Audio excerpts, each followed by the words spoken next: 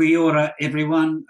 Ko Craig Young Takuinga. I'm Craig Young, the CEO of Two Hands. It's awesome to be here today talking with Liz. Good to talk to you again, Liz. Not sure why it's taken so long to actually get you on techbytes, given your involvement and support of the years for Two Hands. I mean, you've been the chair of Two Hands, and also for your support for our Future Leaders program in particular.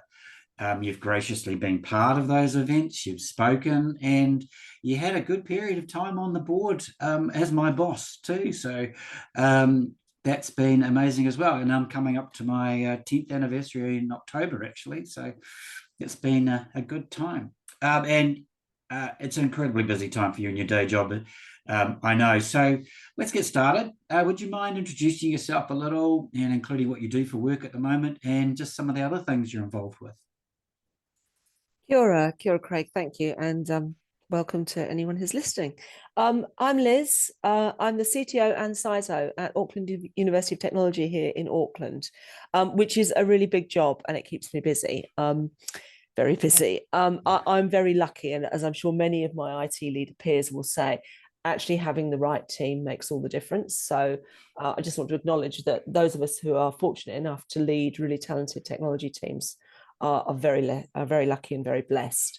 I'm an experienced IT leader and an executive level coach, and I've worked in organisations in New Zealand, in Australia, the US, the UK and Europe, in a whole range of roles in commercial and not-for-profit organisations.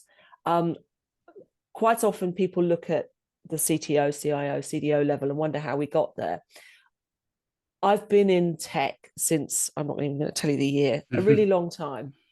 We'll just stick with a really long time. And actually over the years, I've done a whole range of jobs, from being an IT trainer to, being the service desk in the early days. There wasn't really a service desk to run, it was me, to being a sysadmin, to doing business analysis, to doing project management, to doing technical account management type jobs in commercial companies. So I've had a whole range of roles, and one of the things I've really loved about the tech industry is there is that variety. It isn't all about being a coder, although obviously the coders amongst us are very important. There's just such a range of skills that you need in the industry. And I've taken on just recently the CISO role. So I'm now cutting my teeth on a whole host of matters related to cybersecurity, which are endlessly fascinating and endlessly terrifying at the same time. I actually did study computer science at the University of Westminster in London, but I was a bit non-traditional in that I actually didn't start a qualification until I was 25 and had actually been in the tech industry for quite some years. And I also hold an MBA from AUT. I've had a number of board level roles, including, I can't think of myself as being your boss, Craig, but yes, I've been on the board of Two Hands and been the chair. I've been on a not-for-profit board in Australia. I'm currently a director of REANZ, which is the Kiwi Research and Educational Network. And again, that's been a really interesting 5 years doing that. I've just become the co-chair of Tech Leaders with my esteemed colleague, Stuart Wakefield, in Wellington. So we will be looking forward this year to reinvigorating Enzo Tech Leaders and reconnecting with a whole bunch of our peers. At AUT, I'm responsible for technology provision for AUT's nearly 30,000 staff and students, which basically is the size of a small, a reasonably decent sized New Zealand town. We have thousands and thousands of desktop and laptop computers. Obviously, we have a digital plan that we work to. We look after innovation, contracts, software licensing, customer relationships, all of the support services, as well as the development teams and the infrastructure. And my role really is contributing to the strategic direction in how digital can support where AUT is going, and building collaborative relationships across the university with our stakeholders. And again, I think that's one of the really core skills that all of us should remember, is actually that relationship building is fundamentally important, particularly as you get to the more senior levels. That 30,000 number, that's fascinating, because you're right, it is a small town. Hadn't even thought about that, but the size of educational institutions like yourself, the reach is incredible. Look, let's just come back to your journey, because you talked about it a little bit. You've worked in all sorts of general tech roles, as well as, I think I saw that you were at the BBC for a little while in some sort of streaming service. So how did each of those help you develop your career, and what sort of decisions did you have to make each time when you made a change? Yeah, that's really interesting. As I said before, I didn't go to university at 18, but went into the workforce and got into IT, loved it. I got into IT when the very first PCs were hitting the desk. So young people, you might want to Google this. Think BBC Micro, the Commodore 64, the VIC-20, the very first IBM PC, the Apple Lisa. Anyone remember that? And the Amstrad. So that was kind of when I started in IT. But I found the potential for technology to transform the way that people worked just fascinating, endlessly fascinating. And I just worked my way up through a whole bunch of different organizations. And we'd all love to say we had a career plan. Most of us didn't, frankly, have a career plan. What I did was took opportunities that either looked interesting or organizations that looked interesting. I didn't really have an actual plan, i.e. what my next role should be, until sometime in the last 15 years, when I thought, actually, I want to be the head of IT director, CIO, whatever it was called at that time. I did work for BBC Technology. So the BBC, the broadcaster, actually used to have some subsidiary companies, one of which was BBC Technology, which was the technology wing, did all the broadcasting studios, outside broadcasts, and streaming media. But I'd actually worked for Intel Streaming Media. And when Intel decided to shut that division down, they sold it to the BBC, which is how a whole bunch of us from Winnersh ended up working for the BBC, which is a really great journey. Just after I left, unfortunately, the BBC were forced to sell off BBC Technology. It was quite a political move, I think, and they sold BBC Tech to Siemens. I'll leave that there. So, like I've said, my career wasn't a series of kind of like neatly planned events, and most people's careers aren't. I had happy coincidences, and to be honest, I had some not so happy events. During the dot bomb years, again, young people, Google this. Basically, the 2000s, I got made redundant twice. In relatively quick succession. In both cases, entire business units of companies that I worked for, or the entire company, shut down. It was a horrible experience, but it's one that you learn from, in that you have to pick yourself up and carry on. And being made redundant in the UK during dot bomb, there was thousands of us looking for jobs, so it was actually quite a tough market. Yeah, so take the opportunities, I guess, would be my message to people. Take the opportunities. I mean, learn as you go along. Lifelong learning is absolutely a thing that you need to do in technology. So then you made the decision to come to New Zealand. What drew you to Aotearoa? So there was a few things. I mean, first of all, Caitlin, who you know, who's also a member of Flint. Caitlin was 7 when we came to New Zealand. And we'd always said, Mark and I had always said that we weren't going to live our lives, our entire lives, on a cold, wet rock in the North Sea, frankly. And anyone who's survived English winters will know that there does come a point with English winters when they're just so depressing, it's not funny. And we'd always been drawn to the Southern Hemisphere, largely because there's no snow in a meaningful way in most parts of Australia or New Zealand, and neither of us like cold weather. But so we moved, and it was quite speculative. We thought, we'll give this a go. We'll give it a couple of years and see if we can make it work. And actually, we did make it work. It's worked out very well for the whole family. And moving to a university, and I'd got quite cynical, to be honest, about commercial tech companies during the dot bomb years. And I'd realised that the organisation I loved working for the most was BBC Technology, because their motivations were different. It wasn't all about the dollars. Some of it was actually about what you delivered to the public. And higher education seemed like a natural fit, in that the mission of all higher education institutions is public good and giving people opportunity. So I was very drawn to that, and I've been at AET for a number of years now because of that. Cool. And you've had to deal with all sorts of things, COVID, etc. And now you're doing CISO stuff as well. And we know cyber security is just one of those big issues that's not going away. No, And then when you put it together with AI and weaponization, look, there's a whole I know. space in there. Yeah, Yeah, it really is. So if we go back to that, I think you've alluded to it already, but can you expand a little bit more on that? What's driven your interest in education, either as teaching or supporting, tertiary students? Um, the values of higher education are very much different from commercial companies, in that if you go into a university or a polytechnic environment, pretty much everybody there knows that they're there to support students to better their lives and to gain the qualifications that are going to improve the outcomes for their whānau, for themselves, and actually for society. And that's a really powerful motivator for anyone who works in the higher education space.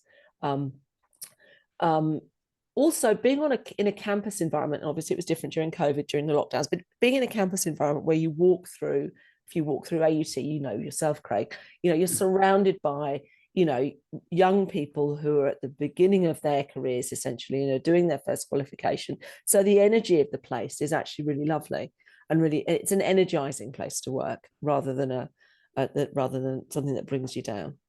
Mm. Yeah, I can imagine that. Yeah. So let's talk about that education, because obviously you're working for one of our large universities. How is education changing from your perspective as the support provider for IT, especially in the way that you're implementing tech to support study at AUT? Yeah, that's a really interesting question. I mean, I think to start with, many things changed for many organizations during the pandemic, and education was absolutely no exception. I mean, if you look at commercial organizations, I mean, everybody's having different approaches to working from home. Most New Zealand organizations have settled on some kind of hybrid model, which largely seems to be working. But education was no different, in that people's thoughts about how you go about it have changed. But students have come to us in the last couple of years, particularly, and they spent large chunks of their final school years 11, 12 and 13, when they're doing their NCEAs and they're getting their university entrance, learning from home. And like everybody else, some of them absolutely loved it and thrived on it and never want to go back to something more traditional. And some people, including one of my own daughters, absolutely hated it because they prefer to be in a physical environment with actual real people, not just screens. So there's a range of views on what's best. During the pandemic, we bravely or stupidly took the opportunity to upgrade our learning management system, which is really the lifeblood of a university. It's where all of the curriculum material lives, and videos are put that people can watch. So we changed that to a more modern platform, and that's really changed the way that students can access their learning materials both on and off campus. So even before COVID, the integration of technology in education had led to new approaches to teaching and learning, including purely online and what's known as blended learning. So where you've got components of learning which are on campus and in labs or classrooms or whatever, and some components which are delivered in online. So that blended model is becoming, I think, more popular. And of course, there's been a lot of discussion in higher education about flipping the classroom. So you actually only use the classroom for the things that need interactivity, group work, practical application of skills, which AUT does a lot of, and the lectures can be delivered online. So I think we've just speeded up in that space. Technology has also made education more accessible by allowing students to learn from anywhere at any time and at their own pace.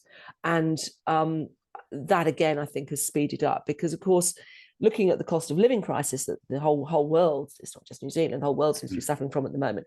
If you were a student in, say, I don't know, Gisborne, and you wanted to study at a course at one of the major universities, it's actually a really expensive exercise for you to move to Auckland or Wellington or Dunedin or wherever, move into halls in order to study that course. So anything that's providing an opportunity for you to learn in a way that better suits your location and family needs, and all students to some degree have to work these days. Gone are the days when students spend all day at the pub. So the technology is very much supporting that. And of course, there's different ways of doing assessment now. I mean, you and I are probably the generation where we had to, write a 3,000-word essay. It was pretty. I mean, I can remember doing, essays, and I used to do mine on a word processor, and that seems quite revolutionary. But there is new forms of assessment and feedback, and there's the technology actually facilitates different kinds of collaboration between students and teachers. Looking forward, in higher education, like in every other organization, I'm sure, the big debate at the moment is about AI and how to incorporate AI in learning in a meaningful and ethical way. And all of the universities are incredibly aware that students have access to ChatGPT. There's some equity issues in there because, of course, some students wouldn't be able to afford the paid licenses for the more modern ChatGPTs. And we all know that ChatGPT can have a crack at answering your assignment questions. But the role of universities is very much to get people to understand how to ethically use those tools and also critique the information. Anyone who's put in a question into ChatGPT will know that what comes out is not always factually entirely correct. So actually teaching the skills to critique information from those kind of platforms is really vitally important, I think. And there's a great number of universities, including AUT, have done a lot of work on how you would integrate learning about AI and potentially using AI within specific courses. And if you Google university and AI, you can find all sorts of really interesting articles and stuff on university websites, which you can look at. Cool. Hey, look, can we come back now to your journey through this time? Now, I know you want to be known for your achievements. That's absolutely fair. But as we know, women are underrepresented across tech and especially in leadership. So can you talk a little bit about how you found the journey to becoming or being a CIO of a large organization? It's a matter of great sadness to me that women are still so underrepresented in tech. And I and a number of my other female peers, many of whom are part of tech leaders, do worry about this and are looking for opportunities to increase female participation in the tech workforce. It's true to say that back in the early days, there was definitely a sense. I mean, I can remember at one job, I won't name the organization, but I can remember at one job basically being told that I was the equity candidate, i.e. I'd got the job because I was female, which was complete rubbish. I was about to say something very rude. It was complete rubbish, but it's been a problem for 40 years. I've been lucky to work for a number of organizations, including AUT, who have been incredibly supportive of all of their diverse workforce and understanding that a whole range of people, women and men included, do have family responsibilities. So I think working for an organization which actually walks the talk on that has been really useful. I think if you're asking me for a message to the younger women out there, get in there and get in there and do the jobs and be known for delivering. I mean, that's really, really key, is actually be the person that delivers.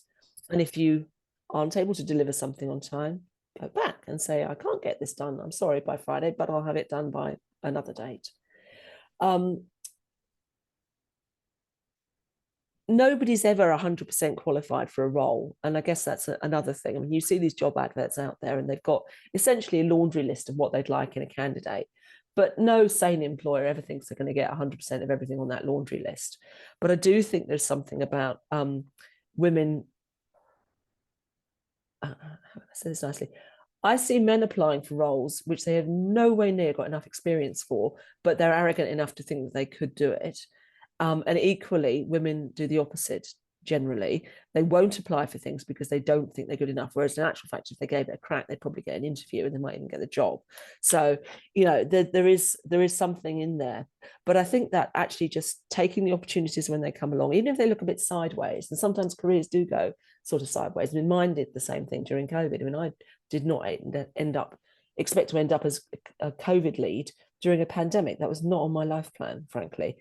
But it was a really interesting experience, and it taught me some stuff about, managing through crises and